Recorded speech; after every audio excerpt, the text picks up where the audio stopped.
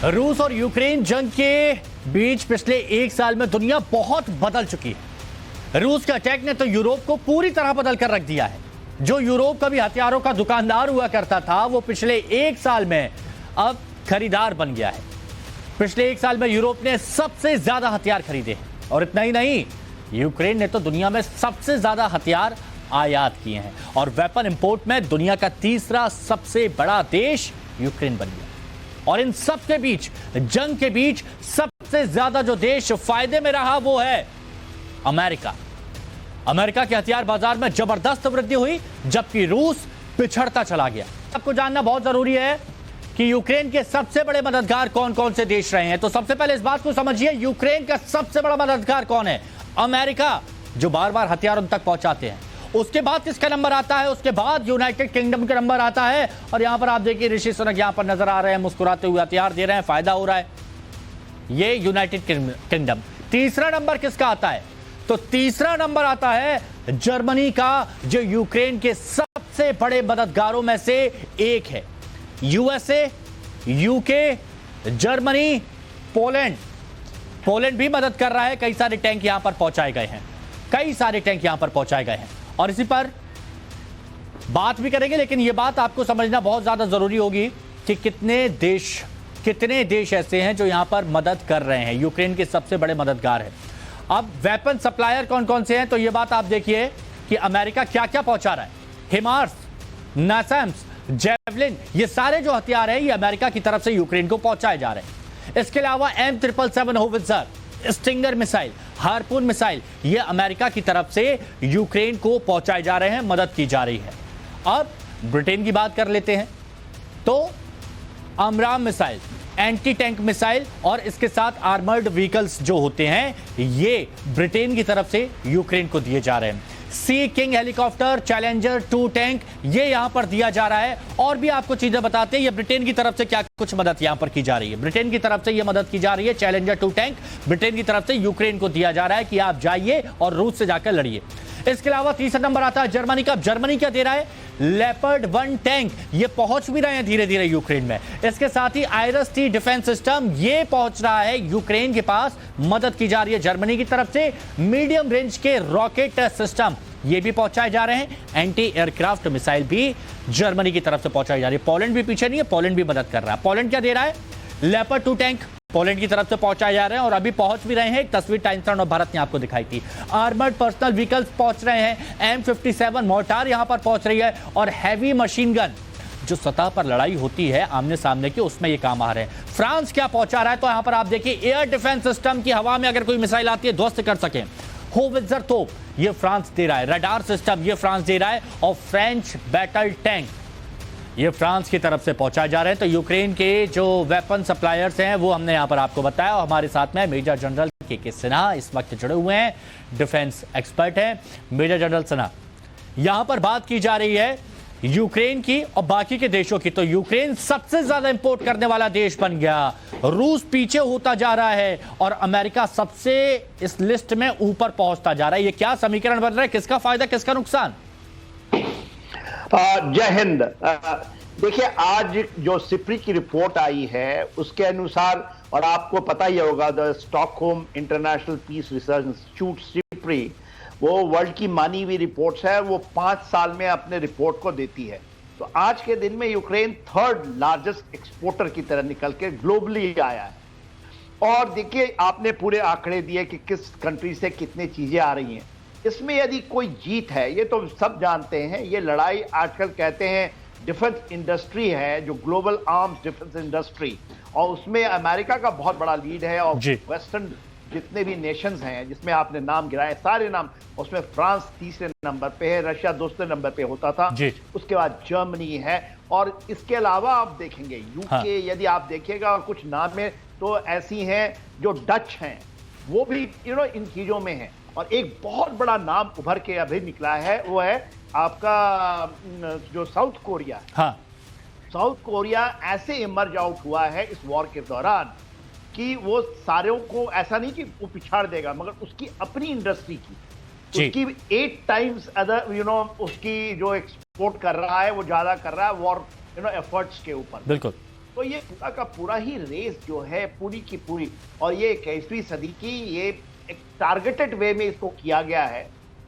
और क्योंकि arms export में कहीं ना कहीं गिरावट थी, अभी ये केवल आर्म एक्सपोर्ट का, तो अभी आप देख रहे हैं आने वाले 5 सालों में यदि जब आंकड़े आएंगे तो ये 5 साल में आंकड़े आते हैं, तो पहली आंकड़ी जो अभी जो हम देख रहे हैं उसकी तुलना कर रहे हैं तो 2013 से 17 और 18 से 22 की बीच की है ये जब आती है।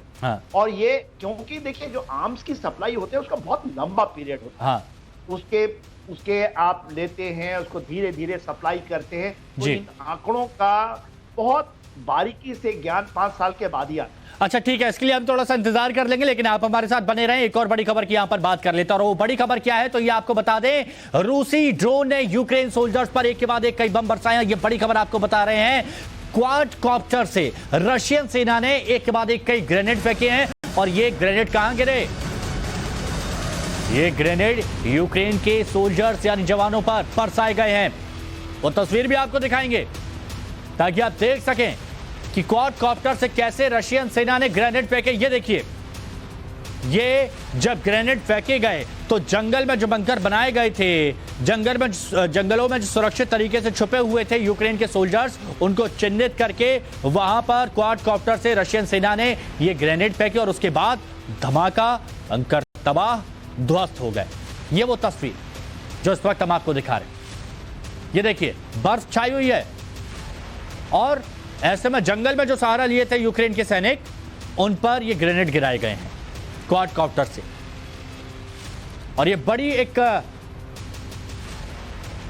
कह सकते हैं कि कोशिश रही है दोनों देशों की तरफ से कि ड्रोन्स के जरिए, क्वाड कॉप्टर के जरिए दुश्मन के बंकरों को चिन्हित करना और फिर उनको ध्वस्त कर देना। ये कोशिश यहां पर रही है।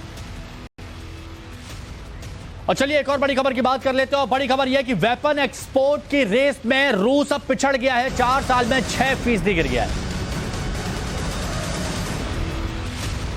वेपन एक्सपोर्ट की रेस में रूस पिछड़ गया, 4 साल में 6% गिरा है। रूस का वेपन मार्केट, अमेरिका के हथियारों की जबरदस्त डिमांड हो रही है। देखिए, सबसे बड़ी बात, रूस जो नंबर 1 पर था, सबसे बड़ा एक्सपोर्टर था, सबसे ज्यादा हथियार दूसरे देशों को रूस पहुंचाता था।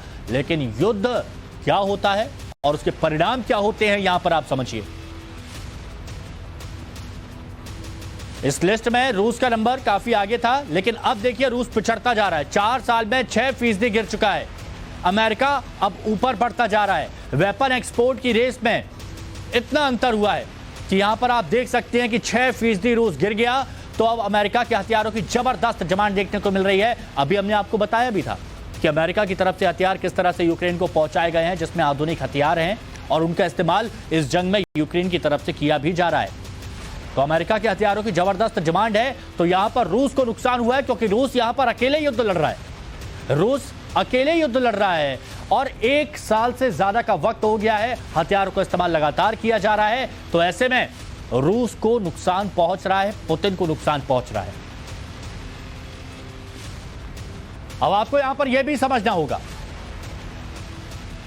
अब हम आपको यह भी बताते हैं कि 2018 से 2022 तक पिछले 4 सालों में रूस कितना गिरा है और अमेरिका का बाजार कितना उठा है। तो इस बात को आप ऐसे समझ लीजिए कि अमेरिका पहले 33% था, अब 40% हो गया, यानी यह बढ़त हुई है, 7% की बढ़त हुई है। अब रूस को देखिए, 22% से रूस कहां पर पहुंच गया, सीधे 16% पर पहुंच गया, यानी कितने, 6% का घाटा यहां पर हुआ है। फ्रांस को आप देखेंगे तो 7.1% पहले था, और अब 11% हो गया है, यानी तकरीबन आप मान के चलिए कि 4% की बढ़ोतरी हुई है। ये हालात हुए, अमेरिका ऊपर पहुंचा, फ्रांस ऊपर पहुंचा, और रूस सीधे नीचे आ गया है।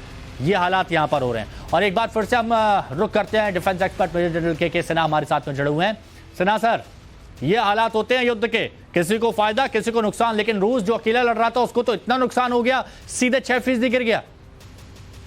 जी हाँ, जो आंकड़े आए हैं उसके अनुसार 22% से 16% में वो चला गया है, तो जाहिर है 6% का। और अमेरिका का जब आप देखेंगे 33% से 40% चला गया। तो आज के दिन में पूरा ग्लोबल यदि आप देखिएगा तो 40% जो आयात होती है या अपने यहाँ देते हैं, निर्यात करते हैं, उसके अंदर में इजाफा देखिए, उनका 13% का इजाफा है। तो ये जो चीजें दिखाते हैं उसका कारण है। देखिए, एक रशिया की एक चीज को, और ये नहीं यदि हम सीधे तरीके से तो लगता है कि गिर गया है। रशिया के 3 कारण हैं। पहला तो उनको खुद हथियार चाहिए, वो यदि दे देगा तो लड़ेगा क्या। दूसरा ये है कि उसके पास सैंक्शन लगी है।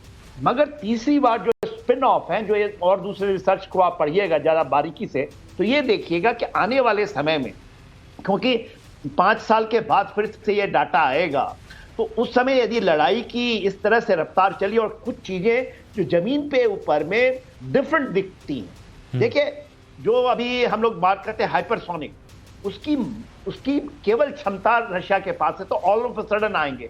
दूसरा, आज के दिन में सबसे बड़ा जो यूएवी है, जिसका मार्केट 3 ही के पास में एक्सपर्टीज है ज्यादा, उसमें एक टर्की है, एक ईरान है और चाइना है। ठीक है। और रशिया उसको एक्वायर कर रहा है। रशिया के पास बूमरॉन्ग ड्रम अभी आप दिखा रहे थे कि जो वो गिरा रहा है उनके बंकरों के ऊपर में, जिसको आप कॉप्टर कह रहे हैं, वो भी आर्म ड्रोन का ही हिस्सा है, जिसका नाम उसने रखा है बूमरॉन्ग ड्रोन। हाँ। और ये बूमरॉन्ग ड्रोन उसने चाइना से लेकर आ रहे हैं। अच्छा। तो ये कैपेबिलिटी वो बनाना चाहता है, और इसमें 2-3 चीजें आएंगी। अमेरिका को बड़े फूक फूक करके पैर रखने पड़ेंगे। M1 इब्राहिम, और आप लेपर्ड की जब तुलना होने लगी है, M1 इब्राहिम टैंक को सबसे बड़ा माना जाता था। आज उसको कोई खरीदने के लिए तैयार नहीं होना, क्योंकि उसकी लॉजिस्टिक इतनी ज्यादा है, और यदि गलती से यहां आ गया और वो नहीं कर पाया तो उसकी मार होगी। दूसरी बड़ी मार, जो हाईमार्स तो सबसे ज्यादा बिकेगा, जैवलिन सबसे ज्यादा बिकेगा। जो अमेरिका का चैलेंज है वो कहीं पर भी उसका नैसैम काम नहीं कर पा रहा। हाँ। यदि यही चीज आपका पैट्रियट के साथ हो गया, तो अब तो जमीन के ऊपर में एब्सोल्युटली ये कोई ऐसा नहीं कि आप उसकी टेस्टिंग करते हैं। वॉर लाइक कंडीशन में, वॉर में टेस्टिंग हो रही है, तो नई नई चीजें आ रही हैं। आने वाले समय में रक्षा का सबसे ज्यादा जो बढ़ेगा वो है आपके जो इंडो पैसिफिक के अंदर में आप देखते हैं, तो ये जो हमारे पास, मैं वही चीज सिन्हा सर, यही चीज की आने वाले वक्त में आपने बताया कि 4 से 5 साल में इसका अंतर जो है वो क्लियर हो पाता है, लेकिन ये 4 से 5 साल बाद की जो तस्वीर होगी वो तस्वीर क्या होगी? देखिए, ये इसमें एक पोल तो रशिया बन के ही उभरेगा, इसमें कोई मत नहीं है। अमेरिका भी कहीं जाने वाला नहीं, चाइना आ जाएगा। और दूसरा देखिए, जो आपको मैं साउथ कोरिया की बात कर रहा हूं, साउथ कोरिया, भारत, बहुत तेजी से हम बढ़ रहे हैं। पहली बार हमारी ऐसी इंडस्ट्री है, $4 बिलियन, $5 बिलियन की हम बात कर रहे हैं 2024 में। हम एक्सपोर्टर, हम इंपोर्टर थे, दुनिया के सबसे बड़े इंपोर्टर हम थे। आज हम 68% से 80% पहुंच गए थे, इंपोर्ट करते थे। अब हम आने वाले समय में हम सबसे बड़े एक्सपोर्टर की तरह निकल रहे हैं। तो ये जिंजरिंग चल रही है, और कोई अपने वर्चस्व को बना के नहीं रखेगा। जो सबसे चीप लाएगा, और उसमें भारत, रशिया, चाइना, ईरान। तो मतलब अभी ये जो आंकड़े हम दिखा रहे हैं फर्स्ट, सेकंड, थर्ड के, ये अभी और ऊपर नीचे होंगे, और इसमें भारत भी शामिल होगा। थोड़ा सा इंतजार जरूर कीजिए, बने रहिए आप हमारे साथ। एक और बड़ी खबर यहां पर बताते हैं। वो बड़ी खबर क्या है? वो बड़ी खबर आपको बता दें, यूक्रेन ने ड्रोन का सुसाइड अटैक, यूक्रेन के ड्रोन का suicide attack, Russian battle tank पर यह ड्रोन गिरा, कामिकाजी ड्रोन, जिसको सुसाइड ड्रोन भी कहा जाता है। और ये वो तस्वीर देखिए, यहां पर आप देखेंगे तो यहां पर रशियन बैटल टैंक आपको नजर आएगा, और ये कामिकाजी ड्रोन जाता है, सीधे उससे टकराता है और उसके बाद ध्वस्त कर देता है। ये इस युद्ध में काफी देखने को मिला है। कि किसना जी हमारे साथ में जुड़े हुए हैं। कामिकाजी ड्रोन, एक बार फिर जिक्र हो गया सर इसका कि कैसे ये जाता है, टारगेट को ध्वस्त कर देता है। मतलब खुद तो गए लेकिन दुश्मन को खत्म कर दिया। इस वॉर में सबसे ज्यादा यदि किसी चीज को ये मिलेगी है, वो है ड्रोन्स। ड्रोन्स को जो आपके एयर डिफेंस सिस्टम है वो भी नहीं रोक पा रहे हैं, और ये प्रूफ हो रहा है। और खास करके वो जो छोटे ड्रोन्स हैं, जो अभी मैं बता रहा था, जिसको कामिकाजी ड्रोन ही कहते हैं, रशिया ने बिग प्रोडक्शन शुरू कर दिया है। और मेरे ख्याल से उसकी जो टेक्नोलॉजी वो चाइना से आई है और ईरान से आई है। जो शाहिद 136 के बराबर जो है, वो छोटी ड्रोन्स हैं। हाँ। उनको आप मार ही नहीं सकते, उनकी लॉटरिंग टाइम, और ये छोटे छोटे ड्रोन बहुत बड़ा नुकसान कर जाते हैं, और ये हमने इस युद्ध में देखा भी है, समझ भी गए। और ड्रोन मार्केट इसलिए अब बूम पर आने वाला भी है। बहुत बहुत शुक्रिया सना सर, हमारे साथ जुड़े और इन मुद्दों पर आपने अपनी बात रखी।